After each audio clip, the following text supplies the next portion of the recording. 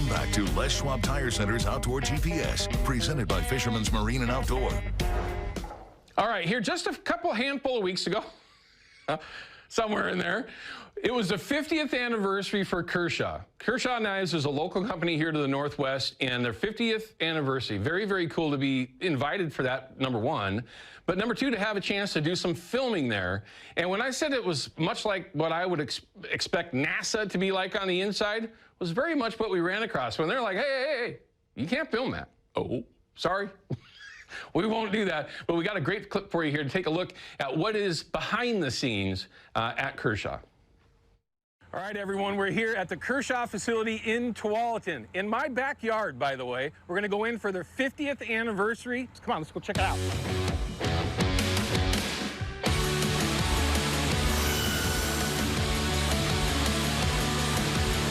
Let's go learn how they make these knives here in our backyard and how they take care of all of us in the outdoors. And now remember, this is a local company, and it's also their 50th anniversary. We're here on a factory tour with Mr. Miller. Jim Miller. Yep. He is the production manager? Yes, sir. So we're going to have a chance to learn, start to finish, how you can actually end up with a Kershaw knife. Now, we're also going to finish this with actually building my own knife. You're going to build OTF 9000 live wire. Live wire. Yes, sir. Guess what? I actually have one of those. Can I get it sharpened? You can get it sharpened. One of our sharpeners will hand sharpen that for you. Okay. All U.S. knives are hand sharpened inside this factory. So tell me what we're going to see when we go in to do this factory tour. You'll see the factory from start to finish as far as raw material, going through the different stages of machining, finishing, coatings, all the way to where those finished parts get to an assembly job. Okay. And then they go through the hands of the assemblers and come out as a finished good. That knife will end up going to the customers. So this is the 50th anniversary for Kershaw. A lot of things have changed, I bet, since you've even been here. Yes. This is all automated, or is there a lot of people back here working? There's a lot of people working still. A lot of the things, it still takes that human touch to be able to maintain the quality that our customers demand. All right, well, I want to learn, right? I haven't never had a chance to go through a factory tour at a knife manufacturer. I've had a chance to do some others, but this one I'm really looking forward to because this is a tool that we carry with us every day. I know myself, I've got my pocket knife every single day. When we're in the woods, you got to have quality knives to take care of our animals. And for that, just general purpose, we got to have a good quality edged blade, and we're going to find out how to actually get that done. So let's go.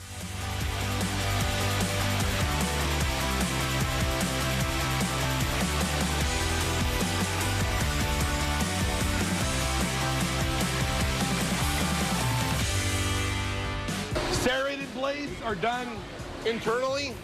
So this is one of our out the front knives. Oh, with a serrated blade? Correct, yeah. I like serrated blades. This starts as a ground blank, and then this machine over here is putting in the serrations up on the blade. Most knives don't have serrations. They're not the most popular. But for me, being an outdoors person, yeah, the serrated blade helps out with just about everything when I'm trying to cut. Cutting ropes or everything. If you're doing any kind of strapping. Yeah. Yeah, serrations are helpful. As far as the ease of cutting, you can't beat a serrated blade for sure.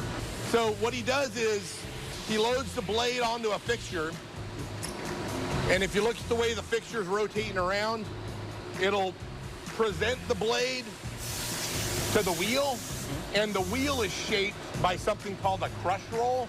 It's a diamond-coated roll that's in the shape of the serrations, and then that'll go in and dress the wheel. Depending on the type of material and the type of serration, about every 4 to 10 parts, the crush roll will keep dressing the wheel so that you get that good shape to the serrations, and they come out sharp.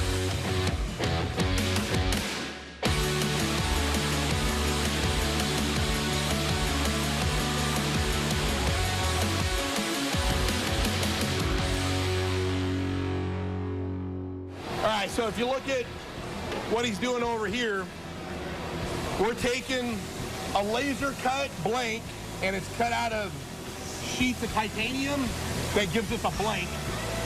That's titanium right there? Yep, this is titanium. And so this titanium blank is loaded onto a fixture, and so you can see he's actually flipping the parts over to do the front and the back sides. Gotcha. And then through the machining process, you've got a multi-head turret system that holds all your tools. And then it's programmed to go through and make all the features to give you a finished part. It starts off as a blank. Really no features, just your lock bar slot cut out. After going through the CNC process, you have all of your features for a finished handle.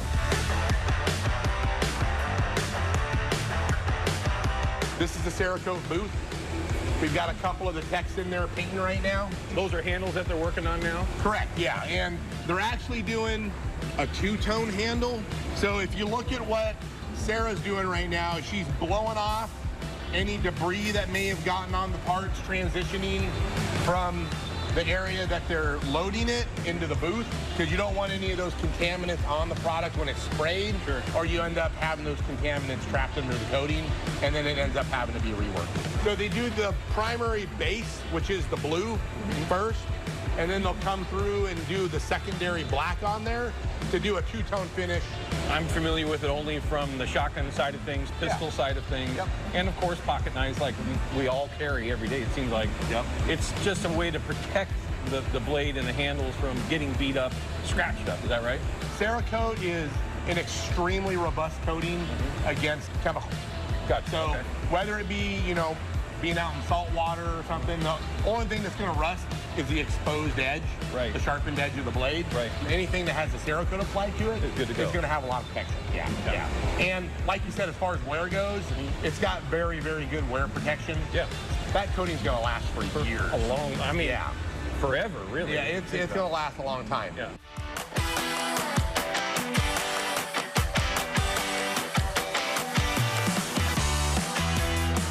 When Kershaw first came on, we had Jim come in, one of their engineers, and he was nice enough to let me have one of these out the front knives, one of their newest versions, with the carbon fiber on the back. Now, this is just the same knife, just a different version, but I would have thought there was a whole lot more going on than what I'm looking at right here. To get a knife to do that, consistently open and close the same speed, that's an amazing amount of engineering to make that work. But we're going to build one, so we'll see how it goes.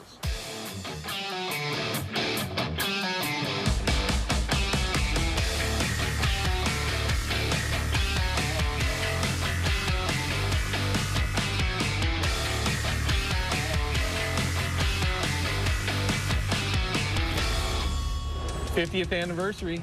So this is called the Live Wire, and the model number's the 9000.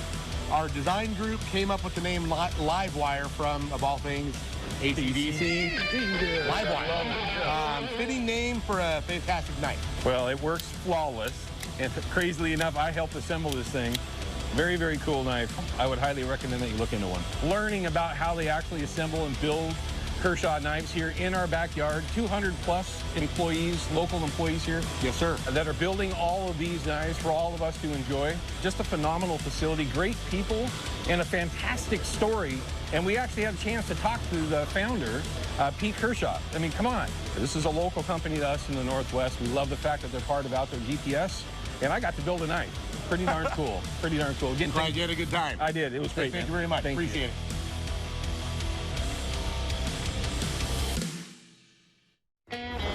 Outdoor GPS is brought to you by Chevy Silverado and the impressive Turbo Max engine. Flex your muscle with the strongest, most advanced Silverado ever. Official truck of Outdoor GPS.